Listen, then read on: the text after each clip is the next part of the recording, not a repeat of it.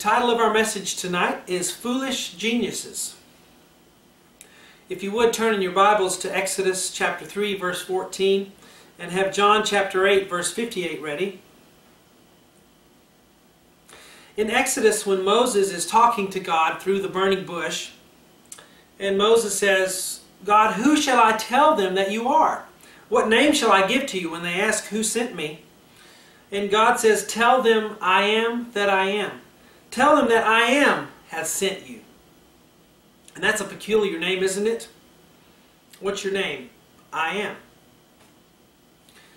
We read again in John chapter 8 verse 58, Jesus is talking to the Jews and they're telling Jesus, well, we have Abraham as our father. And Jesus says, before Abraham was, I am. And that was one of the times they tried to kill Jesus over that, because that's blasphemy. Because obviously they knew that Jesus was saying, I'm that person in the burning bush. God, that's me. I am. And they tried to kill him after that.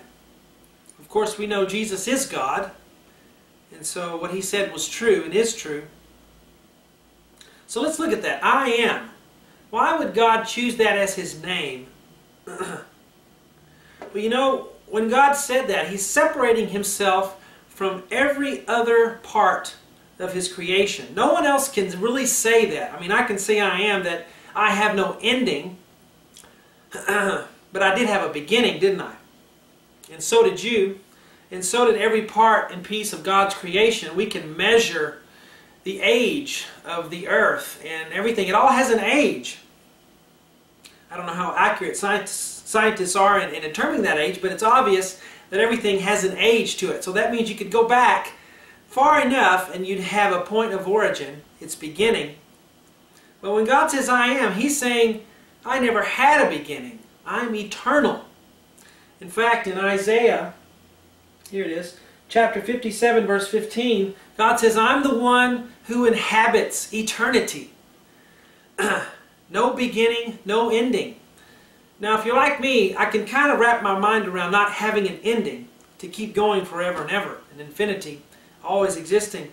But to not have a beginning, there's only one who's never had a beginning, and that is God. If we think of a circle as not having a beginning or end, that kind of will help us understand the state that God exists in. I am. Now you and I, we're time beings. We had a beginning and we experience life in one forward motion through time. But God is not limited to time, because he exists and he inhabits eternity, and he has access to all points on the timeline whenever he wants. That's how he knows the end before the beginning, because he's seen it in his mind. And no other part of his creation can claim that. So when he says, I am, he's separating himself from all the rest of his creation. I am. So God is eternal. That's what we mean when we say eternal. He had no beginning, he will have no end. And our hopes are that we shall have salvation as we live righteously in this present world by faith in Jesus Christ, and enjoy that eternity with him someday. We'll inhabit that eternity, God's eternity. All right, I have two statements here that are just statements of general logic that a child could understand. In the first one, I'm going to use a jar, just a regular canning jar. And for the illustration, let's say that I was able to remove the entire contents of this jar. Now I mean not only the air, but every particle, every atomic particle, every subatomic particle, every residue of any matter that would be inside this jar, and even remove the light that's in it. Everything that you could possibly name removed out of this jar. And then I was able to seal it. And I was able to seal it in a way that nothing could ever enter it from the outside world. Nothing could ever come inside. I sealed it, completely sealed it. nothing gets in. And we've already removed everything inside it. Now my question to you is, will there ever, if I'm able to secure those parameters that I just stated, that there's nothing in the jar and I'm able to seal it where nothing will ever get in, here's the question, will there ever be anything in this jar? And the answer that a child can answer is no, there will not. If there were nothing, let me fill in the blank, there would always be nothing. If there were nothing, there would always be nothing. Imagine this jar now, if I were able to, the inside of this jar was the universe, okay, all of space and time, infinitely in all directions, had nothing in it, and then I remove the jar too. There's nothing. Will there ever be anything in that space? The answer is no. If there were nothing, there will always be nothing. Here's the second point of logic. If there is something, we'll go ahead and fill it in, then there must have always been something. Alright, if it's hard for you to wrap your mind around the fact that God never had a beginning, just think about this. It would be impossible for there not to be a being that had no beginning. Because if there is something, there must have always been something. There's something in science called the law of biogenesis, that life only comes from life. You can't form life from something that doesn't have life.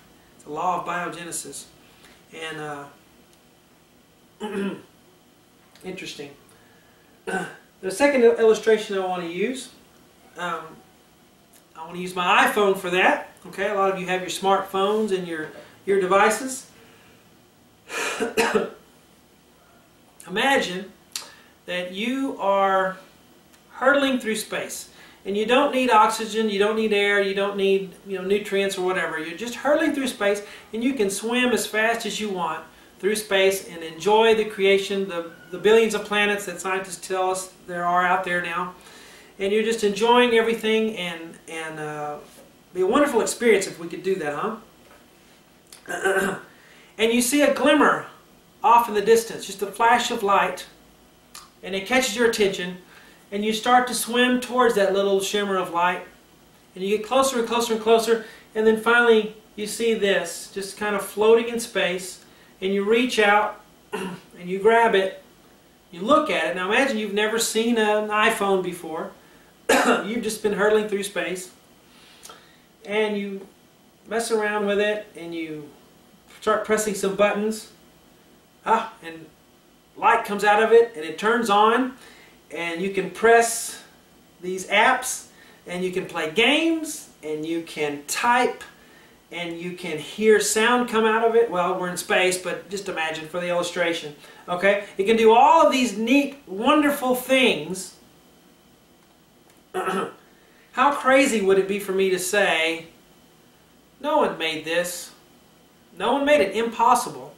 Somehow just the matter of the universe, the planets, the whatever forces in the universe came together just the right way and formed this, and here it is. Here it is.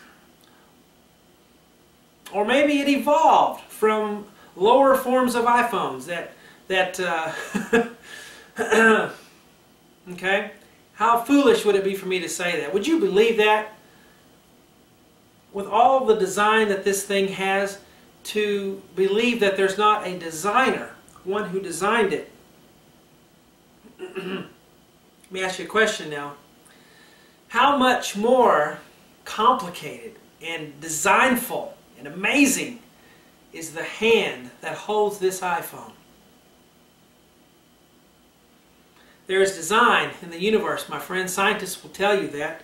And they wonder if the universe could have been put together any other way, because it seems like everything just has to be the way it is or it wouldn't work.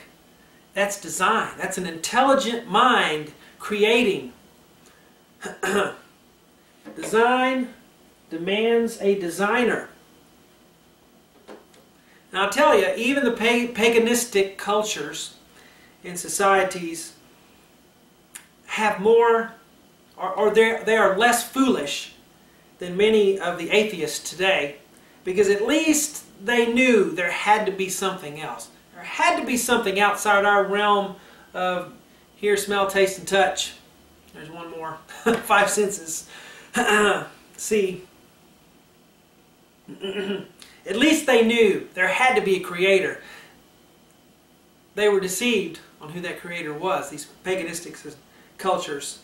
But at least they knew there had to be something else, right?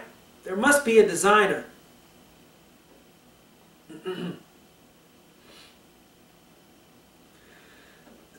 In Genesis 1:1, it says, in the beginning, God created the heavens and the earth. So we have two ideas here. We have God and the heavens and the earth.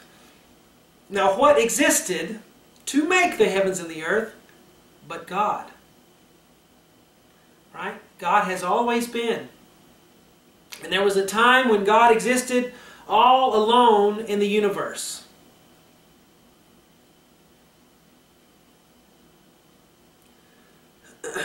In John chapter 1, we read that Jesus is called the Word, and that without Him nothing was made that was made. That all things were made through Him.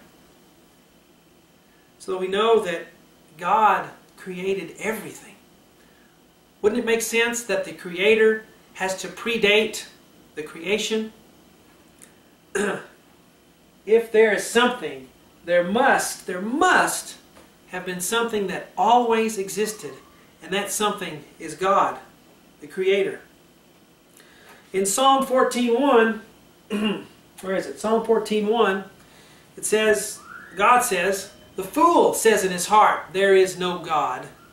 Now I'm not saying that, but God is saying that. If someone says there is no God, they're a fool.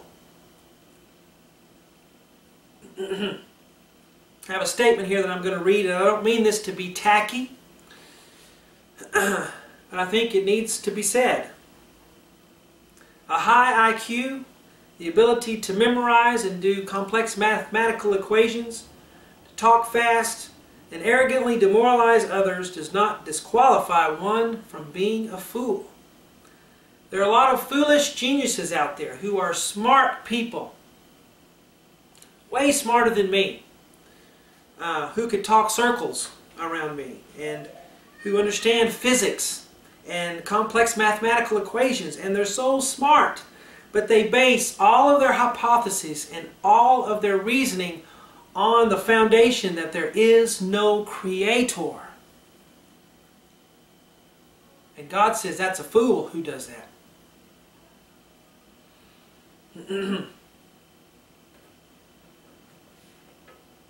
Got another question for you. Why is mainstream science so unwilling to include a creator in their hypotheses? Why are they so unwilling? I have ideas, but I don't have a correct answer for that. Just think about that. Why are they so unwilling to include a creator in their hypotheses? Here's another one. What are some of the theories that have been born because of this unwillingness? There's one that's a big one. It's the theory of evolution. And I'll tell you, friends, we see it all over the Science Channel and the History Channel, in our textbooks. Everywhere we look, evolution, evolution, evolution. I'll tell you, evolution has been shot to threads, has been torn to threads by science itself. There are scientists out there who mathematically, biologically, rationally, logically, have proof that evolution is impossible for it to happen. This forum here on this video is not the place I want to go into that. But if you want to research it, there are many smart scientists who have information and research to prove that evolution is the biggest, one of the biggest hoaxes that ever came around. And you can look it up on the internet.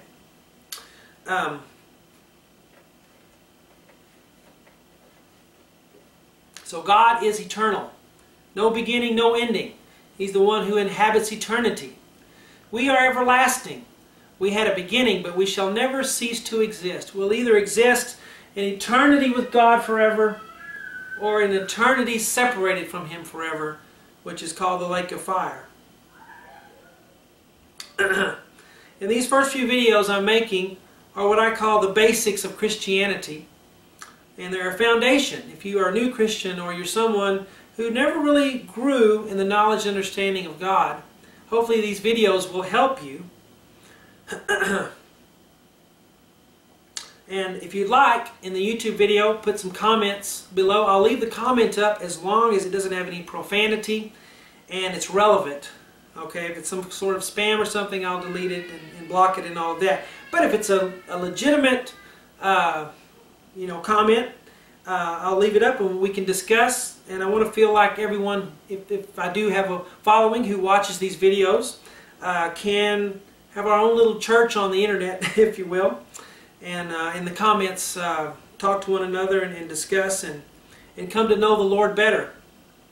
Okay, but to get today, let's make sure we get God is eternal, no beginning, no ending. He is our Creator. Science will try to tell you there is no Creator and just pull the rug out from under us, those who would believe, by saying there's no Creator. Everything happened on its own, and that's ridiculous. And it's a fool who believes that, says God. So let's look forward to the next video. I had a lot of fun doing it, and I feel like the Lord has led me to do it, so I pray that He continue to lead me to do it if it's His will, and I would appreciate your prayers as well. God bless you.